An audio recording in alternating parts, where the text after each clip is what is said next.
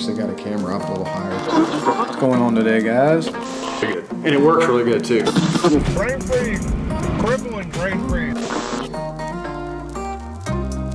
Talking about the second generation Amazon Echo. He's having no part of it though. Feel a little like a stormtrooper. They're a lifelike 3A. Next, we're gonna start putting this bad boy as the barrel part of leaf and barrel. So you wanna be a full-time YouTuber, eh? Well, if you do, you're gonna wanna get used to that. Sitting in front of a computer for hours and hours editing, because that's just part of the gig. And you also probably wanna get a good workout routine in place, because all this sitting will create a dicky-do problem very fast. What's dicky-do, you ask? That's when your belly stick out further than your dicky-do. It's the full-time YouTube 15. I've been doing YouTube for probably about 5 years or so now, and been doing it as a full-time gig for around 2 or 3. It's a great job. I love it. It's rewarding, it's fulfilling. I'm very grateful for it every day. But it's something that's very misunderstood by a lot of people, I feel like, especially the older generation. A lot of people over 55 ask me what I do for a living, and I say I'm a YouTuber. They just kind of look at me like, that's cute. So I figured we'd take some time today to go over my journey of how I became a full-time YouTuber, kind of accidentally, really. I'm also gonna go over like 5 or 6 of my tips on things I think you should concentrate on or consider if you're considering doing the old YouTube as a full-time gig.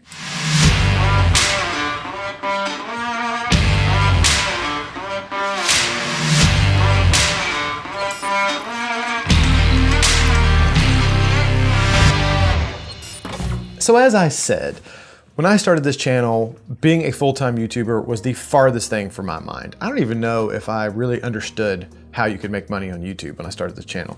I started it strictly as a hobby, something for fun. I thought cameras were kind of cool, so I wanted to get into cameras and learn more about that, do some vlogs, have some cool videos when the kids got older to look back on at the kids when they were young. And also a way to interact with some of the kind of communities that are on YouTube. So it was 100% a hobby. No thoughts of money involved whatsoever. And believe me, a lot of my first videos, they're not even public anymore because they are super awkward. So if you've never talked to a camera before, when you first start doing it, yeah, unless you're just a natural, which I was not, it's super awkward. So if you're thinking about starting it, don't worry if it's awkward at first, because it is for most people. Eventually, I did monetize a few of the videos for shits and grins, and over a long period of time, it was not quick, it slowly, the ad revenue started to add up, and I started to make a little bit of money. And that's kind of when a little light went off in my head, and I went, huh. I still didn't think about going full time at this point, but I thought, hey, this could be a cool way to do this hobby that I enjoy doing, and maybe make a little side money, a little fun money, a little running around money, so to speak. So this is when I started getting a little more serious about it and really trying to make my videos better. Grow that subscriber count and see if I could put a little money in my pocket while having a good time doing it. And not long after that is when my story kind of takes a right turn that differs from most people. It's also where my path goes in directions that I would not recommend for most people. So about that time, or shortly thereafter, the company that I had worked for nearly 15 years was doing layoffs, and they were offering a buyout program. So to try to not lay off people that needed the jobs, if you had worked there long enough, they were offering severance packages. So they would offer to pay you for the next year if you would volunteer to, get laid off. And I kind of thought, well, my channel was at a spot at this point where I was making an okay side income, and the channel was growing well. So I took a leap of faith, I took the buyout, I left my job of 15 years and poured everything into making the channel better. I watched every video I could on videography and cinematography and all the camera reviews, trying to learn all the techniques, all the lighting techniques, editing techniques, storytelling, anything I could watch to kind of educate myself and help make the channel better, to make it more enjoyable and try to attract as many viewers as I possibly could. Luckily for me, it worked out. I had a full year, so I wasn't rushed too bad to get the channel to a point where it was making me a good income. And that was basically my journey to this being my job. It started with a hobby that I was just doing for fun, and then whether it's through hard work, determination, fate, because of the opportunity I got with my 1-year severance package or what, this went from a hobby to a full-time gig. Now that leads me right into my tips. My first tip, do not do what I did. Do not go full-time on YouTube until it financially makes sense. I jumped the ship a little early because I had a weird circumstance where I was going to get paid for a year and I really thought that I could make it happen within that year span.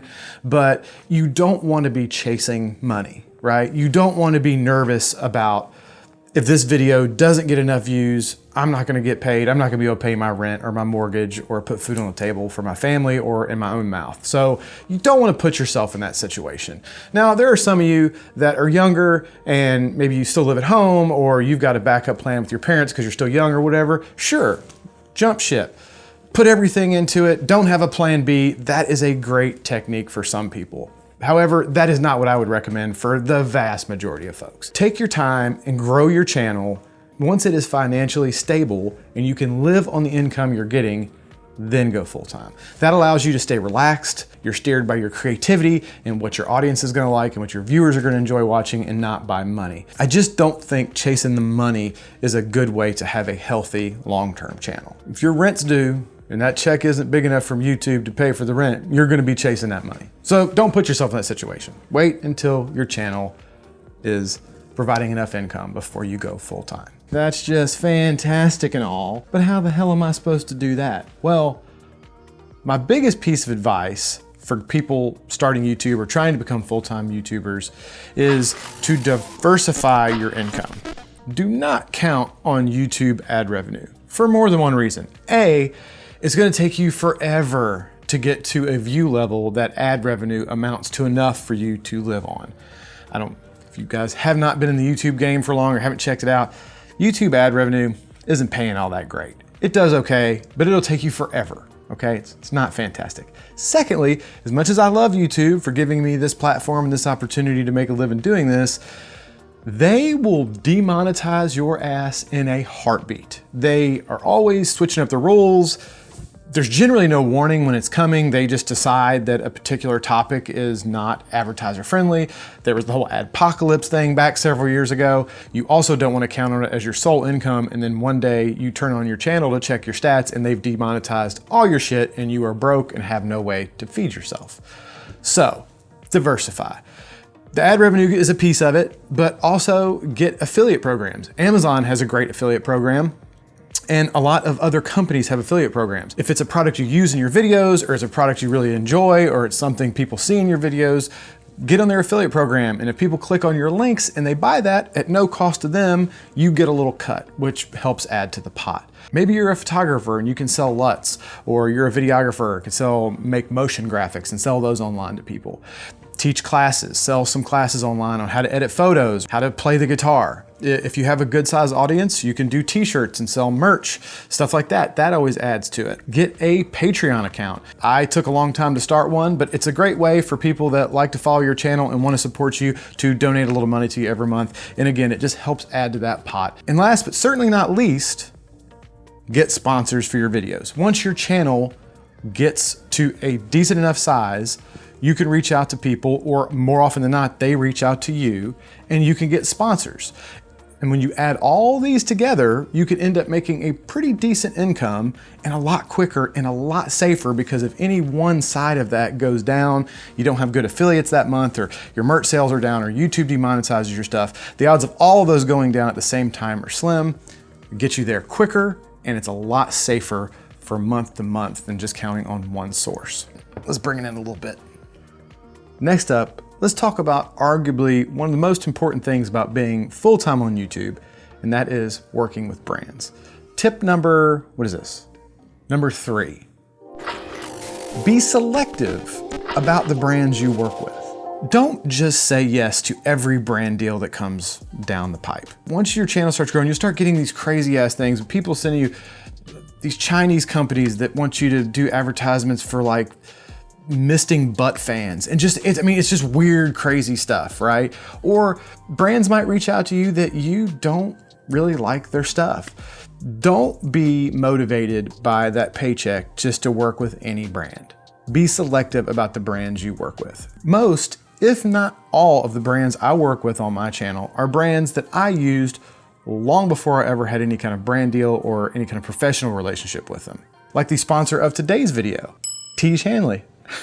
Come on, you guys had to see that coming. Don't lie, this is the perfect segue. You had to see this coming. If you didn't, you weren't paying attention. So if you haven't heard of Tiege Hanley, they are a skincare system specifically designed for men. They have packages as low as $25 a month for their level 1 system, which includes a daily face wash, a scrub, and an AM and PM moisturizer. One of the things I really love about Tiege Hanley is it keeps it super simple for guys like me and you that want to take care of ourselves but don't want to deal with all the headache. You just go to their website, you pick which system fits your needs best, and they're going to deliver a 30-day supply of everything you need once a month. They use really great ingredients in all of their products. It's designed specifically for men, it's made right here in the USA, and everything is fragrance-free, which is good because no guy wants to roll around smelling like a flower all day.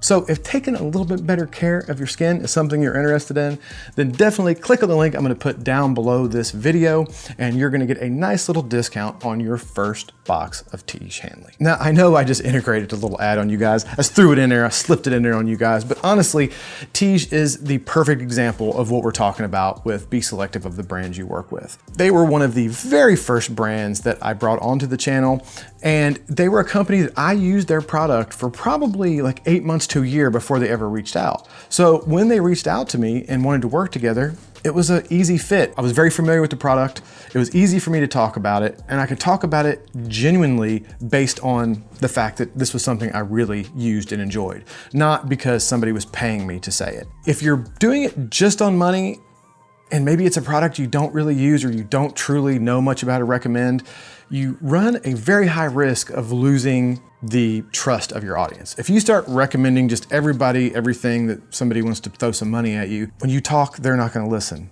And when you promote a product, they're not gonna click the link because they're gonna be like, this guy just fucking pitches everything. And if they don't click the link, the brands don't get clicks, and then the brands aren't gonna want to use you. So it's a lose-lose. You're screwing your subscribers over, you're screwing yourself over, you're screwing the brand over. If you are selective about the brands you work with, you're gonna be recommending good stuff that you actually enjoy, which is gonna increase the chance that your subscribers are gonna enjoy the product, which means they're gonna win, you're gonna win, the brand's gonna win. It's a win-win-win. The other way, it's lose-lose-lose. The only downside to being selective about the brands you work with, you don't get as many ad spots, right? You have to turn down stuff, and it is hard to turn down a paycheck when somebody's offering to pay you. But I promise, in the long run, it's the right thing to do. Be selective of the brand you work with. You're gonna enjoy it much more. Your subscribers will thank you for not just throwing every damn thing down their throat. It's a better situation in the long run, I promise. Number 4, always work on getting better. This is like kind of a good thing for life in general, right? I take the philosophy of try to learn something new every day, but especially in YouTube, a world where there's thousands upon thousands of new channels every day and everybody's coming out with content, and you are a little fish in a big pond and you are competing with a lot of other folks. I mean, a lot. So you want to make your content stand out. You want to be noticed in the big C that is YouTube, right? And you do that by trying to be the best at what you do daily. Watch videos, and I talked about it earlier in the video. Watch videos on lighting techniques to make your lighting better, on sound design and how to get good audio so that you can make the audio on your videos better. Take a class on photography so that your thumbnails can be better. Take a class on storytelling so that your videos will flow better and you could tell a better story and it'd be more compelling and people want to watch. Anything you can do to make your videos better and better so they stand out in the honestly ever increasing talented pool of people on YouTube. It's easy to get lost. So work hard every day to constantly get better, and don't go stagnant and rest on your laurels. Is that a siren? Do you hear that? The popo are coming. Coming to the finish line. Hold on. Oh, yeah, that's better. Number 5, make content about the things that you enjoy, the things that you like, because if you're passionate about them and you enjoy them, the projects are gonna turn out better. Your videos are gonna turn out better. It's gonna be more genuine. You're gonna be able to be more yourself, which is a very important thing on YouTube, is just to be yourself. And if you're doing things that you enjoy and you're passionate about, it's gonna be way easier for you to do that. If you're doing projects because you think they're gonna get you views or because you think there's gonna be some money attached, I found that those are the ones that come across very disingenuous, and people can feel that, and people don't wanna see that. Your audience wants to see you being you and enjoying yourself and doing the content that you enjoy doing. It's what makes it real. It's what makes them have a connection with you. If you're doing it for financial gain only and you're reading from a script, I mean, that's just not super interesting to watch, let's be honest. I find instead of chasing the views and worrying about what's the most current topic or whatever, just do videos on the stuff you enjoy. Even though some people have had a lot of success chasing taglines and trying to, be on the trending page and all this, I really find that that's not the way for like long-term channel health. It might get you short-term gains, but I find long-term, if you're not offering a genuine connection with your audience, then they're probably not gonna stay around. The YouTube algorithm changes like daily. It's impossible. If you try to make videos based on what you think is gonna do well, usually you're just gonna get super frustrated. So just do what you like. And that about wraps up. That's 5 tips. Now I do have 2 really quick last minute additions. These are quick though. This isn't gonna be long and drawn out. I promise I'm wrapping this shit up. Number 6, this is a marathon, not a sprint. So don't rush. You just get frustrated. You have a few people out there that have been very lucky and had just a rocket of success, but the majority of people on YouTube have had success by being consistent and sticking with it over a long period of time. It was a couple years of uploading before I started getting any real views, and then a couple years after that before I was really making decent money doing it. So don't expect to start YouTube and 6 months later quit your job and be making loads of money. It just doesn't roll that way. It's a marathon, not a sprint. Just enjoy the ride, enjoy yourself, and eventually the audience and the money will come. And lastly, start now.